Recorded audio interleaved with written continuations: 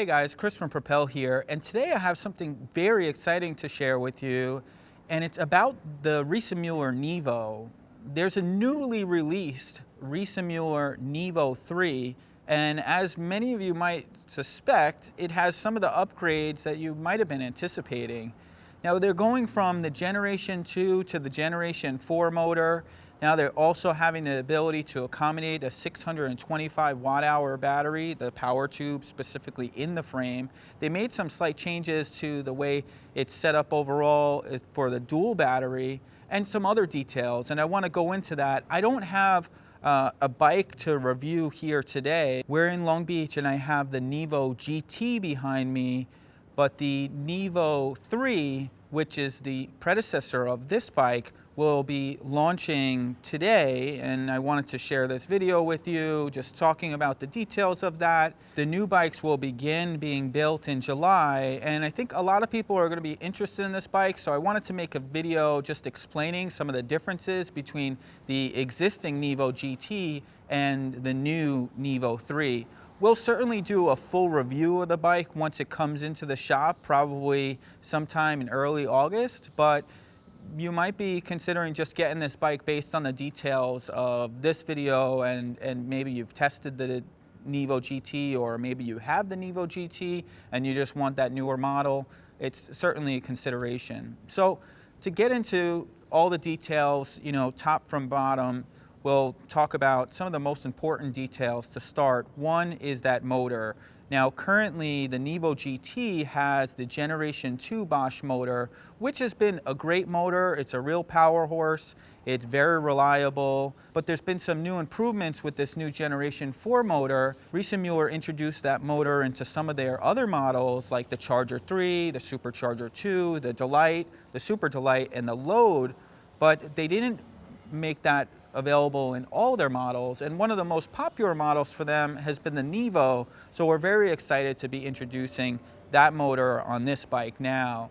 Now you might be wondering, why are they releasing this bike right now? Right now as I'm filming this is the end of May, and usually new bikes are released kind of August, somewhere in that time frame. But basically what's going on is that the bike's been so popular that they sold out of most of the bikes that they had left for 2020, and rather than getting more bikes of the 2020 model, they figured they might as well just do an early release on the 2021 version. Or I shouldn't say 2021, because it's not like them to do new updates every year. Maybe they make slight changes, but this is more of a whole model release. So these generally happen every several years as opposed to every year, where every year maybe you might see some slight changes like colors or other little details. And the Generation 4 motor is really great because it has more torque in the speed version, and it's really a lot easier to maintain those higher speeds. The way that I generally say it is that from 0 to 20 miles an hour, you get about 80% of the power, and from 21 to 28 miles an hour, you get kind of more 100% of the power. So it makes it a little bit easier to maintain those higher speeds. And if you're a long distance commuter, or you're really just looking to get around town fast, that's a great consideration. The CX motor is similar to last year, has 75 Newton meters of torque, although I think they might be updating the torque, I'm not sure exactly. But some of the details overall in this Generation 4 motor is that they've improved it by removing the reduction gear, so it makes pedaling without power all that much easier. And on top of that, the motor is lighter and smaller, so it really integrates into the frame very nicely. As I mentioned before, another great update is this larger battery. So traditionally, this new Nevo GT with the power tube integrated battery was only available with the 500 watt hour and had the option to do a second 500 watt hour power pack. Now they've made some changes. Now the 43 centimeter, the smallest size, is only going to be available with the 500 watt hour, but the 47 new 51 centimeter, which is a new introduction for this year, and the 57 centimeter will be available with the 625 watt hour, as well as the option to add a rear rack battery with 500 watt hours. So you can get up to a total of 1125 watt hours or 1000 watt hours on the 43 centimeter smallest size. I think it's an interesting design choice. They went with the rear rack battery as opposed to the battery on the down tube like on the traditional GT. I think it makes sense. I mean, the battery really doesn't weigh that much. It's only about 5.5 pounds, so you're not losing too much by putting on that rear rack. And I think it hides into the design really nicely, especially if you add pannier bags or something like that. You could almost not even tell that that battery is there. So I appreciate that they use that design. Some other details that are important to note on the bike: we got the new updated cockpit. This is the same cockpit that you found on the Charger 3, Supercharger 2, Delight, and Super Delight. If you opt for the kiosk or the smartphone hub on some of the other models, it has fully integrated wiring, and it has an adjustable stem, and a really heavy duty adjustable stem at that. So it makes it really easy to adjust the seating position to exactly the way that you want it. So I really appreciate this setup because I think a lot of people, they want to dial in their ride position, and sometimes maybe they're sharing bikes between different people, or maybe sometimes you're riding on a longer distance, you want to have a certain ride position, or maybe you're riding around town, you want a different ride position. Really simple to change. You're going to loosen a couple of bolts in order to do so, but it's a great way to go. If you opt for the standard Intuvia display, you'll still have some level of integration with the wires, but they're not going to be as hidden as they are on the cockpit design. So that's something that you should consider. But I think overall, they're just going to more and more integration. Now, some other details. Historically, the Nevo hasn't had a specific spot to mount a water bottle. Now, like the other models I just mentioned, it has this same setup that allows for 2 water bottles, similar to what the Delight originated with. And you can also accommodate that new front carrier as well as an option. So, and with the front carrier, I should mention, you can also use the 2 water bottles.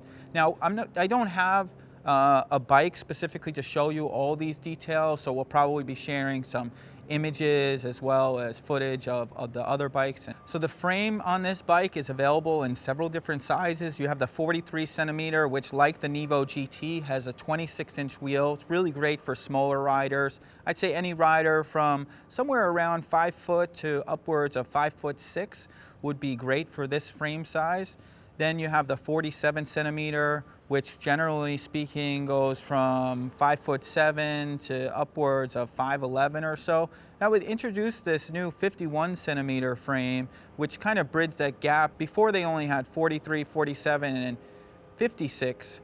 Now they have the 51, which I would say probably riders somewhere between 5'11" and upwards of 6'3" or so. But then you have the 56 centimeter, which can go upwards of 6'6", 6'7". It really is a very large bike, so if you're a taller rider and you're looking for a low step, great consideration. And they carried over the same frame colors from last year with the exception of Terra Gray. So you have pure white, dynamic red, and lunar gray metallic. So plenty of options for whatever your taste might be in that regard. For the drivetrain, you have several different options, same as the GT. You have the touring version, which is a normal derailleur and a cassette. You have the Enviolo version called a Vario, which is a continually variable transmission, and it makes it really easy to shift. This is great for riders that don't really want to fuss with changing the gears and want to have the ability to have a belt drive, which makes it very low maintenance. And then you have that really special drivetrain called the Roll-Off, and that's the Roll-Off E14. The Roll-Off E14 is electronically shifted. It's 14 speeds, and it's the widest range of gears. It's 526%. So you have a very low range as well as a very high gear for maintaining those top speeds. And I should mention that the derailleur and the Roll-Off are the most efficient drivetrains, where the Enviolo, you do lose a little bit, but it's very easy to use, so most people find that that difference is not that big of a deal. Other options available for the bike, similar to the Nevo GT, are the GX option, which makes the bike a little bit more capable off-road, puts a slightly knobbier tire, a different saddle, different pedals, and different grips on the bike. So if you're riding a little bit more off-road, you might want to consider this. And the last option that I didn't mention is great for heavier riders. It's called the heavy duty package. This makes the bike capable of accommodating 353 pounds, which is really quite a bit, considering most bikes go up to somewhere around 275 pounds. Now, I should note that this is not available for the high-speed version because they feel that the CX motor is a little bit better for really giving you that power for a heavier rider. But the changes made on the heavy duty version are different pedals, different saddle, as well as a different seat post. It makes it a little bit more capable for accommodating a little bit more weight. Well, I think this is most of the updates I wanted to go over on the Nevo3. I hope that you found this video to be helpful. I think a lot of people are going to be really excited about this. Some questions that might come up: can I take the Nevo GT and put a 625 watt-hour battery in there now? That's not possible, unfortunately. I know that we wish that it was possible. I'm sure Riese Müller wished that was possible as well, but at the time when they built the bike, they weren't able to sort out a way to make that work with the existing Gen 2 motor. With the new Gen 4 motor, the motor's a little bit smaller and they're able to accommodate those things together. So that's something to think about. Well, if you want more details about the bike, you can check out the link below to our website. We'll have all the detailed specs along with all the different options and some more images and that sort of thing. We'll have a more detailed review when the bike ends up in our shop sometime in early August. If you have any questions about the Nevo3 or electric bikes in general, just reach out to us or leave a comment below. I'm sure others will be happy to jump in. They might have experience with the previous version. I'm always happy to help as well as I find time. Sometimes I get a little overwhelmed with the comments, but I do my best. But if you need a more immediate answer, you can always feel free to email us and I can have my team members help out. But I look forward to seeing you in a future video, and we'll see you soon.